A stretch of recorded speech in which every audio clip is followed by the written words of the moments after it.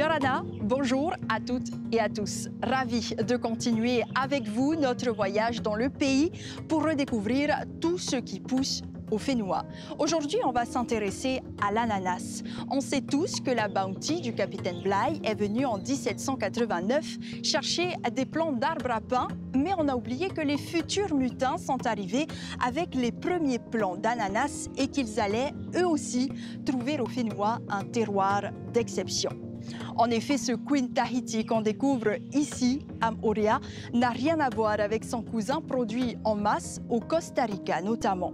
Plus petit, plus rond, c'est un concentré de goût et de parfum. Nana, à l'origine de son nom en langue sud-américaine, veut dire parfum. Et Nana, le parfum, des parfums. En Polynésie, Moorea, c'est son écrin. Il a occupé jusqu'à 80 hectares et les flancs des montagnes ont produit autour de 2000 tonnes par an. Il y a 40 ans, les agriculteurs se sont organisés en coopérative des producteurs d'ananas de Moorea, la COPAM, notamment pour donner de la valeur ajoutée à leur production. C'est la création de l'usine de jus de fruits de Moorea, usine qui a été reprise en 2001, il y a 20 ans, par la brasserie de Tahiti. On va revivre avec Jean Tama, le fils du premier président de la COPAM, le travail spécifique et difficile des agriculteurs, l'impérative nécessité de passer à la culture bio. On va retrouver la transformation du fruit en jus dans l'usine Rotui en s'attachant à une déclinaison unique réalisée chez nous, le vin d'ananas et maintenant le brut d'ananas élevé selon la méthode champenoise. La régie m'indique que l'on est déjà en train de survoler les champs d'Opunhau. Allez, on y reste et on retrouve Jean Tama.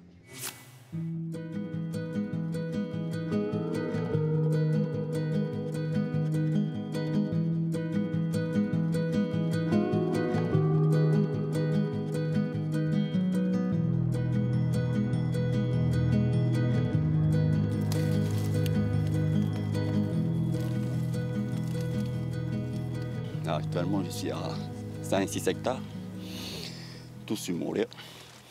Et là, on arrive à subvenir aux besoins du marché local et de l'usine aussi.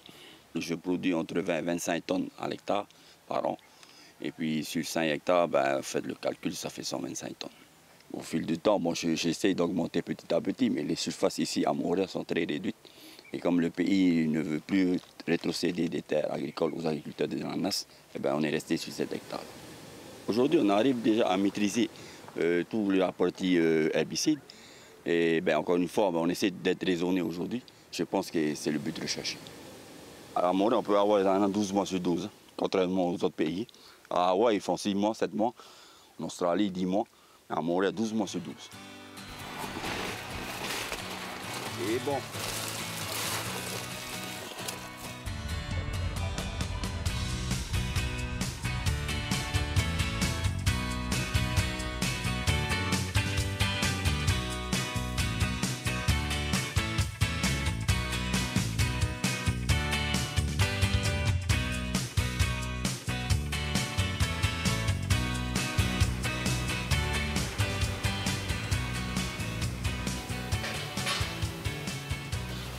Donc les fruits, une fois qu'ils sont pesés, sont trempés dans ce bassin qui contient un léger désinfectant de manière à les débarrasser de tous les germes qu'on peut trouver dans la terre.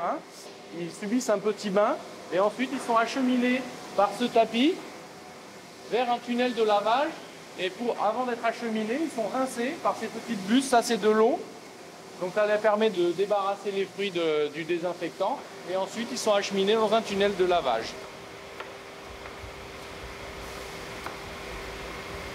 Les fruits sortent ici et ils sont débarrassés de ce qu'on appelle les matières sèches, c'est-à-dire la tête et la queue du fruit, de manière à faciliter le broyage, qui est l'étape d'après.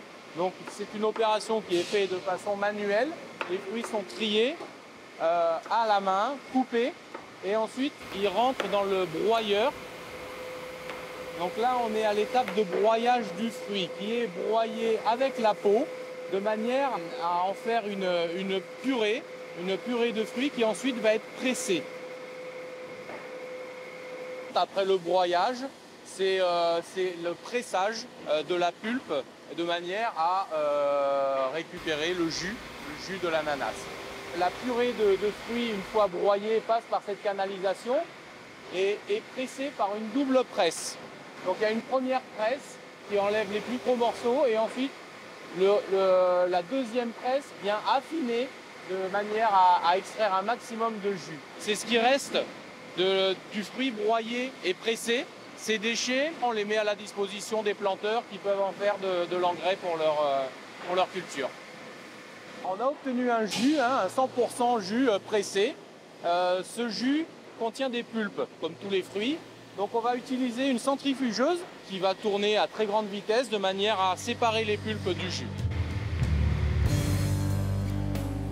Alors on se trouve ici dans l'atelier Chez Vin.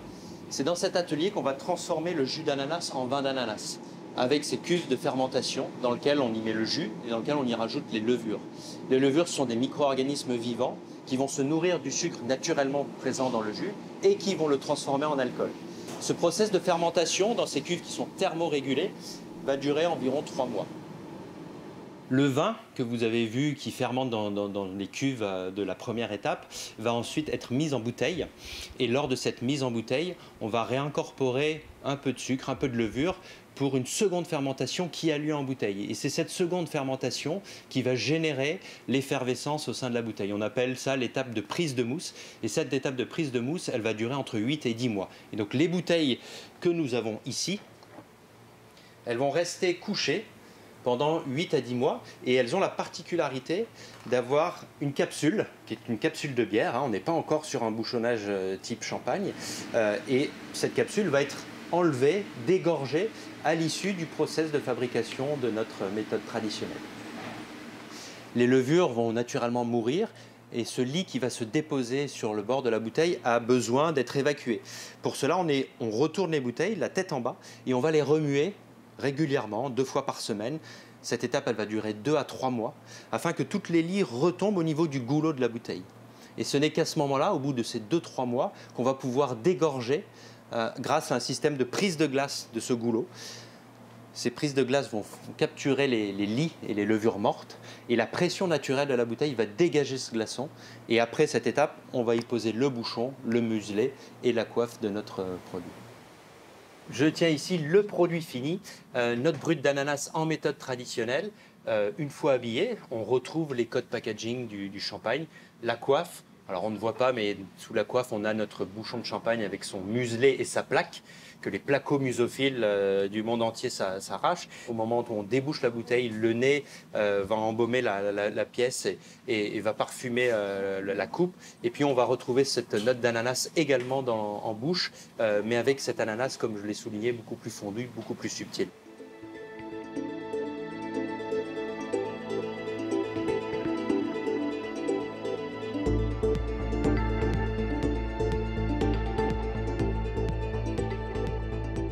On est sur une parcelle qui en totalité fait 2 hectares et on va exploiter environ 8000 m² d'ananas, mais dans un mode d'agriculture biologique.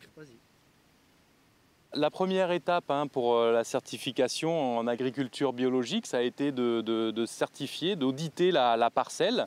Donc c'était essentiellement un audit avec des analyses de sol et un audit sur document qui a permis de prouver qu'il n'y avait eu aucun amendement ou intrant chimique sur toute cette superficie. De cette manière, notre organisme de certification nous a donné l'agrément bio pour cette parcelle et ensuite il a fallu planter ces ananas. Donc on a été confronté également à la difficulté de trouver des rejets d'ananas compatibles avec l'agriculture biologique, c'est-à-dire qu'on ne pouvait pas aller chercher des rejets dans les champs conventionnels. Il a fallu aller chercher des parcelles qui avaient été abandonnées depuis plusieurs années. Donc la réglementation législation impose 3 ans sans aucun amendement chimique. Donc nous, on a eu de la chance de trouver des vieilles parcelles abandonnées depuis plus de 10 ans, dont les propriétaires nous ont autorisés à venir récolter les petits rejets d'ananas. Et maintenant, donc, on les fait pousser sur ces films de paillage biodégradable. Donc c'est pas du tout du plastique, c'est de l'amidon de maïs et de l'amidon de pommes de terre, qui va se désagréger au bout de quelques années. On espère le plus longtemps possible, au moins jusqu'à la fin de la récolte. Mais il va se désagréger, s'intégrer complètement au sol de la même manière qu'un compost.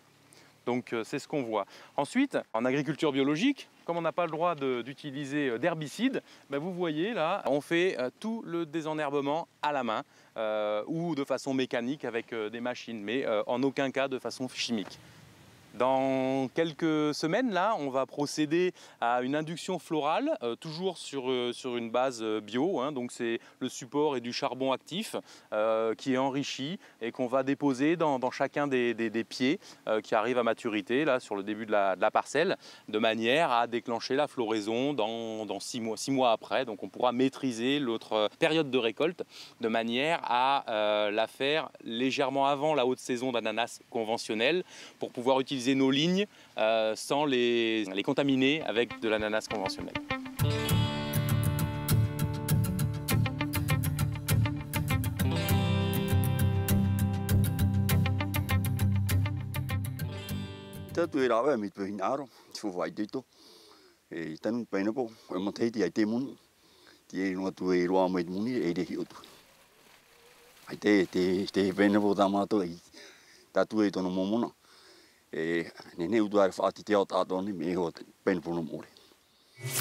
C'est la fin de notre tour dans les champs d'ananas de Moorea. Merci de votre fidélité à Ça pousse au Fénois le MAG, l'émission qui nous emmène sur les 5 archipels au cœur de notre terre et nos racines. À très vite pour un nouvel épisode Marururua.